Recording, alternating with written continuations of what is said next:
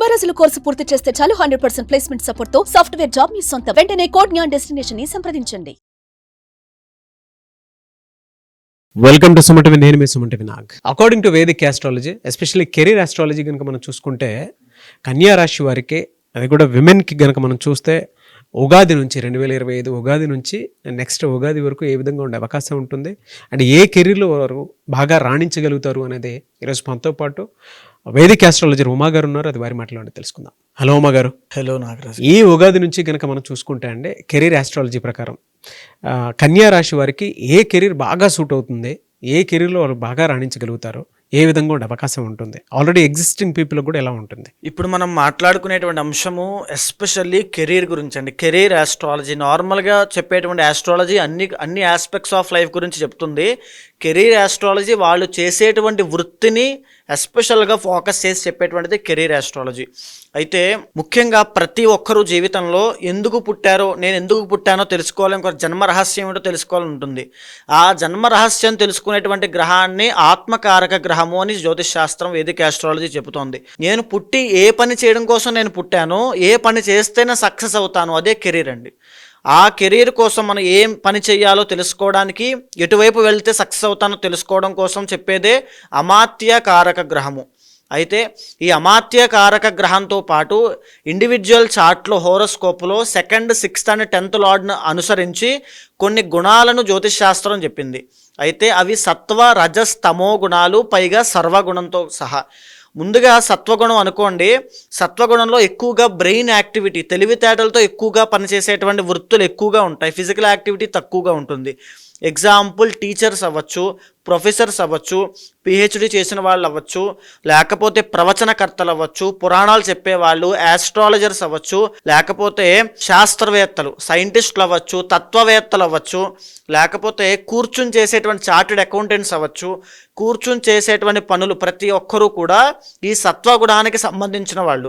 అంటే వాళ్ళు physical activity పెద్దగా ఉండదు, ఓన్లీ తెలివితేటల మీద కూర్చుని పనిచేసేటువంటి వృత్తుల్లోకి వాళ్ళు వస్తారు. వాళ్ళని సత్వగుణ సంపన్నులు అంటారు. ఇంకా రెండవది రజోగుణ సంపన్నులు. వీళ్ళు బ్రెయిన్ యాక్టివిటీతో పాటు ఫిజికల్ యాక్టివిటీతో సహా ఖచ్చితంగా చేయాల్సి వస్తుంది. వీళ్ళల్లో పోలీస్ ఆఫీసర్స్ ఎక్కువగా ఉంటారు, సాఫ్ట్వేర్ ఇంజనీర్లు ఎక్కువగా ఉంటారు, తర్వాత చెప్పాలంటే పొలిటీషియన్స్ ఎక్కువ మంది కనబడుతూ ఉంటారు. తర్వాత చెప్పాలంటే రియల్ ఎస్టేట్ వ్యాపారస్తులు ఇందులోనే ఉంటారు, బిజినెస్ మ్యాగ్నెట్స్ ఇందులోనే ఉంటారు. తర్వాత ఇంకా ఫిలిం ఇండస్ట్రీలో పనిచేసే వాళ్ళు, బ్రెయిన్ అండ్ ఫిజికల్ యాక్టివిటీ రెండిటితో సహా చేసేటువంటి టాప్ యాక్టర్స్ అందరూ కూడా ఇందులోనే, ఈ యొక్క రజోగుణ సంపన్నుల్లోనే వాళ్ళు ఉంటారు. ఈ రజోగుణ సంపన్నులు ఎక్కువగా సక్సెస్ అవ్వడానికి ఛాన్సెస్ ఎక్కువగా ఉంటాయి, బికాస్ రెండిటి యాక్టివిటీ కూడా ఎక్కువగా ఉంటుంది కాబట్టి. ఇక మూడవది తమోగుణ సంపన్నులు. ఈ తమోగుణ సంపన్నులు ఇంకా బ్రెయిన్ యాక్టివిటీ చాలా తక్కువగా ఉంటుంది, ఫిజికల్ యాక్టివిటీ చాలా ఎక్కువగా ఉంటుంది. ఉదాహరణకి కార్మికులండి, కర్మాగారాల్లో పనిచేసేవాళ్ళు, ఇండస్ట్రీస్లో పనిచేసేవాళ్ళు, ఫ్యాక్టరీస్లో పనిచేసేవాళ్ళు, టెక్నీషియన్స్ అవ్వచ్చు, చిన్న చిన్న ఆఫీస్ బాయ్స్, తర్వాత క్లర్క్స్ అవ్వచ్చు, లేకపోతే అసిస్టెంట్స్ అవ్వచ్చు, చిన్న చిన్న వర్కర్లు, లేకపోతే ఎక్కువగా జైల్లో పనిచేసే వాళ్ళు, డ్రైవర్సు, లేకపోతే ఇంకా అలా కష్టాన్ని నమ్ముకున్న రైతులు, వీళ్ళందరూ కూడా తమోగుణానికి సంబంధించిన వాళ్ళు. వీళ్ళకి కంప్లీట్గా ఇంకా వాళ్ళ కష్టం మీదే బ్రతకాలి, కష్టం మీదే ఆధారపడి ఉంటారు.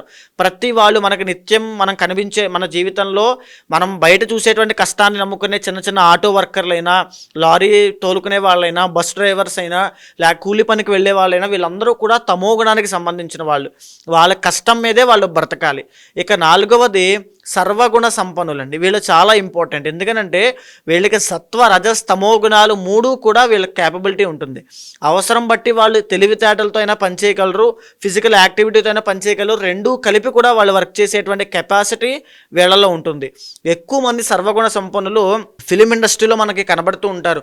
ఒక గొప్ప యాక్టర్ యాక్టింగ్ చేస్తూనే బిజినెస్ చేయడము, దాంతోపాటు కొన్ని వ్యాపార సంస్థలు నడపడము, ఎంతోమందికి పని ఇవ్వడము లాంటివి ఎన్నో రకరకాలైన వృత్తుల్లో ఉండి మల్టిపుల్ సోర్స్ ఆఫ్ ఇన్కమ్ సంపాదిస్తూ ఉంటారు. వాళ్ళు సర్వగుణ సంపన్నులు. ఉదాహరణకి ఒక జాబ్ చేస్తూ, ఒక బిజినెస్ పెట్టుకుని, ఒక ఇంటి రెంటల్ ద్వారా ఒక చిటీ వ్యాపారం నడుపుతూ, ఇంకొక వ్యాపారము, ఇంకొక సోర్స్ ఆఫ్ ఇన్కమ్, అలా 4-5 పెట్టుకుని నడుపుతున్నారు అనుకోండి తెలివితేటలుగా, వాళ్ళని సర్వగుణ సంపన్నులు అంటారు. సో ఈ రకంగా ఈ యొక్క ఇంటర్నల్ జాతకం ఆధారంగా అమాత్యకారక గ్రహాన్ని బేస్ చేసుకుని 2nd, 6th and 10th lord ద్వారా వాళ్ళ గుణాల బట్టి ఎవరు ఏ ఏ వృత్తుల్లో రాణిస్తారో నిర్దేశించి మనం చెప్పొచ్చు. సో ఎస్పెషల్లీ విమెన్కి కన్యా రాశి వారికి ఈ ఉగాది నుంచి ఏ విధంగా ఉండే అవకాశం ఉంటుందన్న? ఉమెన్కి ఇప్పుడు నేను చెప్పినటువంటి 4 గుణాల్లో వీరు సర్వగుణ సంపన్నులు. ఎందుకనంటే కన్యా రాశి వాళ్ళు జనరల్గానే బిజినెస్ మైండెడ్ అండి.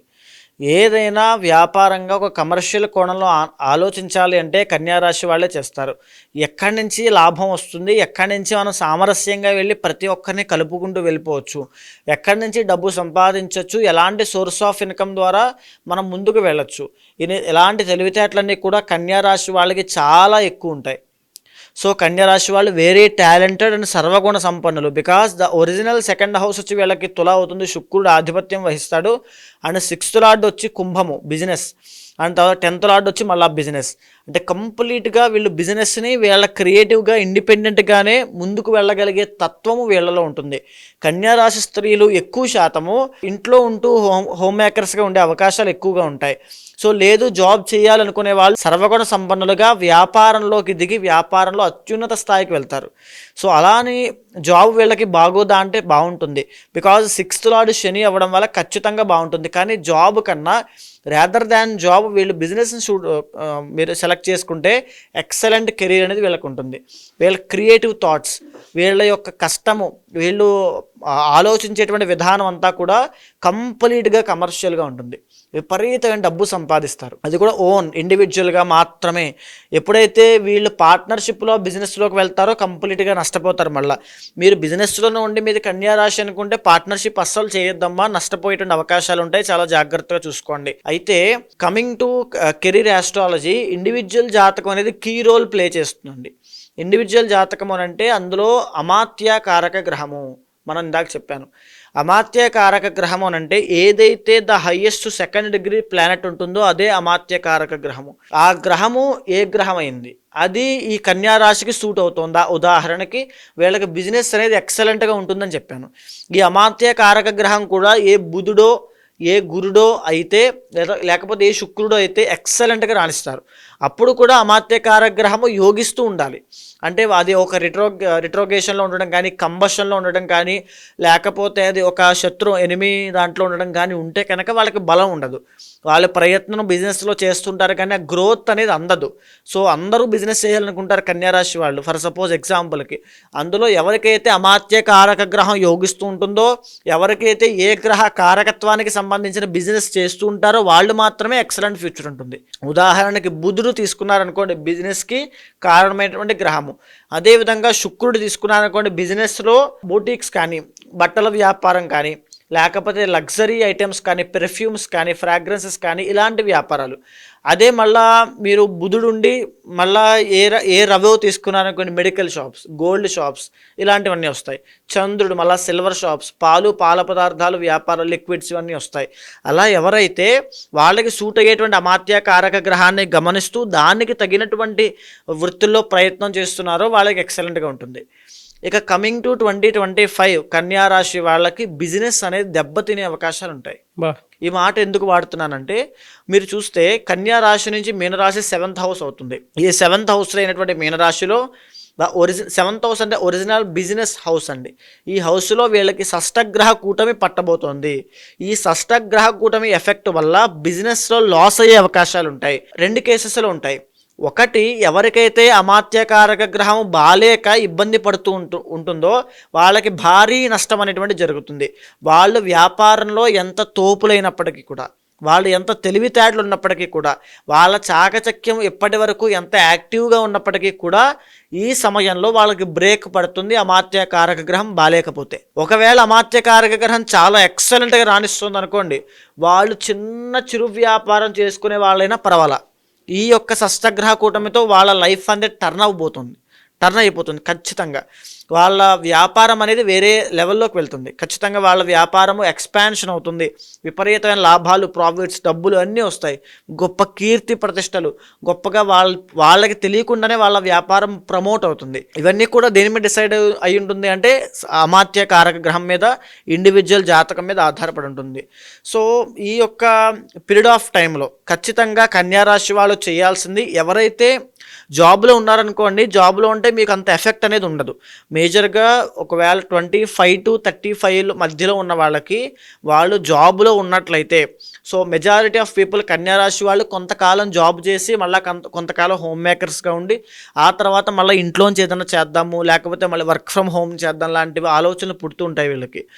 సో స్టార్టింగ్ బిగినింగ్ స్టేజ్లో జాబ్లో ఉన్న వాళ్ళకైతే ఎలాంటి ఎఫెక్ట్ ఉండదు, ఈ వ్యాపారం ఉండదు. కాబట్టి ఎవరైతే ఎగ్జిస్టింగ్ బిజినెస్లో ఆల్రెడీ ఉంటారో, లేదా స్టార్టింగ్ నుంచి వీళ్ళు బిజినెస్లోనే ఉంటారో, ఇంటర్నల్ జాతకంలో బుధగ్రహ సంచారం వల్ల వీళ్ళకి ఖచ్చితంగా ఇబ్బందులనే ఉంటాయి.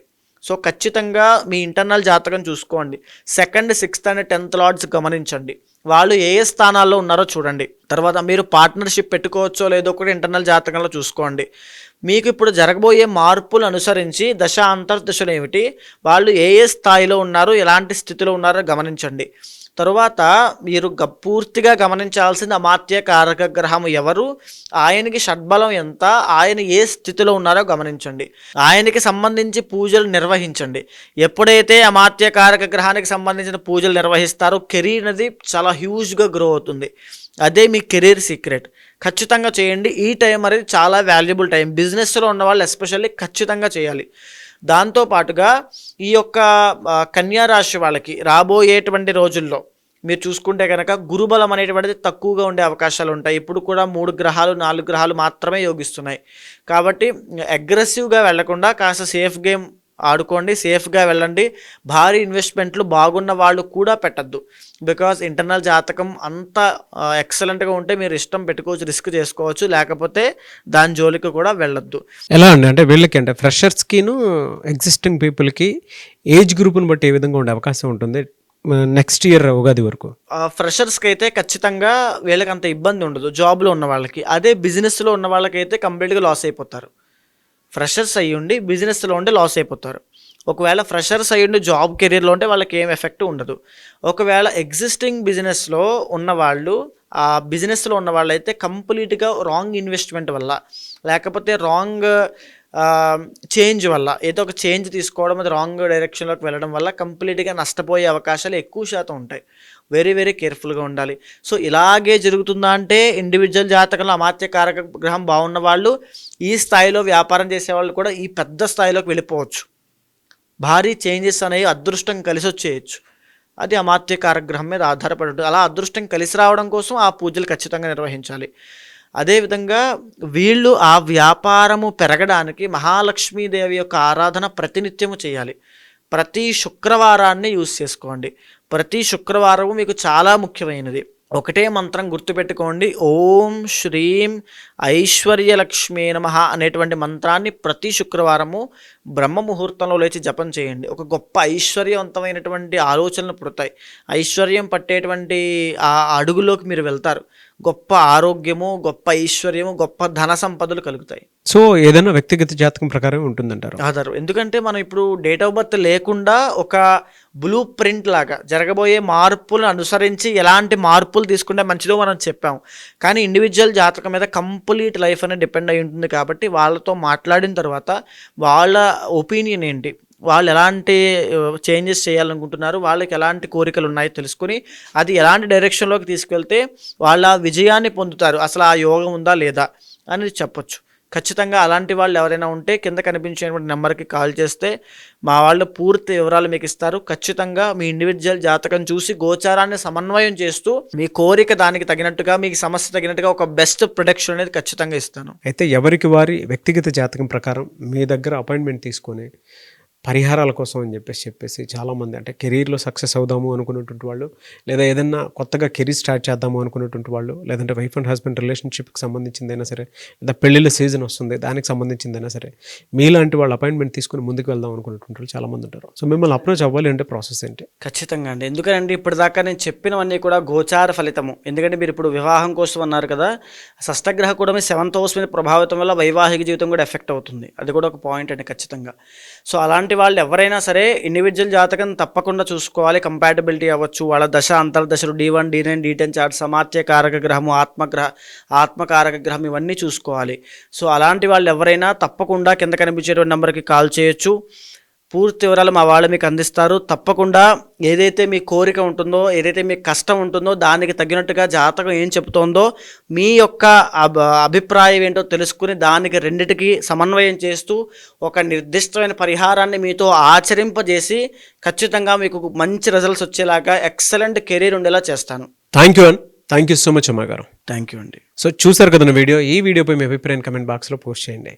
మీరు కనుక ఉమా గారిది వేదిక్ ఆస్ట్రాలజీ ప్రకారం మీ జీవితానికి సంబంధించినటువంటి ఏదున్నా సరే, పరిహారాల కోసమైనా సరే, పూజల కోసమైనా సరే, లేదంటే లైఫ్ స్టైల్ కోసమైనా సరే తెలుసుకోవాలి అనుకుంటే స్క్రీన్ మీద ఉమా గారి కాంటాక్ట్ నెంబర్ కనిపిస్తుంది. దాన్ని మీరు కాల్ ఆర్ మెసేజ్ వాట్సాప్ చేసి వెంటనే అపాయింట్మెంట్ బుక్ చేసుకోండి. ఈ వీడియో లైక్ చేయండి, షేర్ మాత్రం తప్పకుండా చేయండి. ఇలాంటి మరిన్ని వీడియోస్ కోసం మా ఛానల్ ఫాలో అవ్వండి. Thank you. సుమన్ టీవీలో మీ పర్సనల్ అండ్ బిజినెస్ ప్రమోషన్స్ కోసం కింది నెంబర్కి కాంటాక్ట్ చేయండి.